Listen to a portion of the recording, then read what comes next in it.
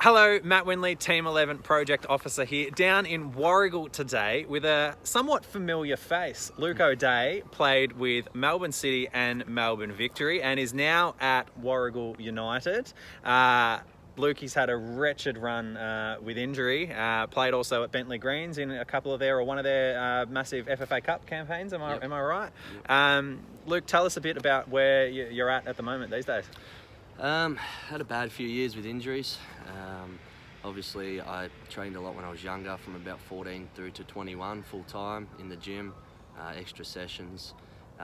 It's pretty much caught up with me the last few years, but now I'm back at Warragul and having a kick where I can and just really enjoying it. Can you tell us a bit what it was like being a kid from the Latrobe Valley and making it to the A-League grade? Like how hard it was on yourself and your parents having to take you all the way up to Bundoora and to Amy Park and all that sort of stuff?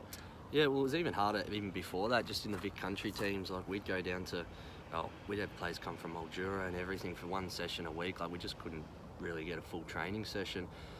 Driving, the closest training sessions we'd have would be probably an hour and a half away, and it was just made it a lot harder. We'd go away to country champs and just lose most games by 5-6-0, and to try and actually get seen in a team when you are getting beaten by lots of goals makes it really hard. But yeah, I was lucky. I got accepted into the VIS when I was a lot younger. Again, a lot of driving for mum and dad especially. Mum took time off work to help me out so that she could afford to drive me, and we were down there probably 6 times a week. Long hours. I'd go to school all day and then wouldn't get home till 9 o'clock at night. And then went to Victory Youth, same thing again, driving, and then with the senior team still driving because I was only 17 at the time. Mum was driving me 6 days a week. And just made it really, really hard because that's a massive commitment, as you can imagine. And we would leave at 6 in the morning and wouldn't return home till 6 at night. It was a full day. And so that's where you got picked up for Victory from the VIS? Yeah, from the VIS I went and trained with the youth team for about 12 months. And then Ernie Merrick signed me in the first team for 2 years. And then, that's when I ended up staying there for a few years. And got your first senior minutes against Boca Juniors, didn't you? Yeah, I did. That was when I was a lot younger. That was probably a decade ago now. Good 9 years ago. But that was my first big game. Then played in a few other good ones. Celtic, LA Galaxy, a few of them. So nice. It was good.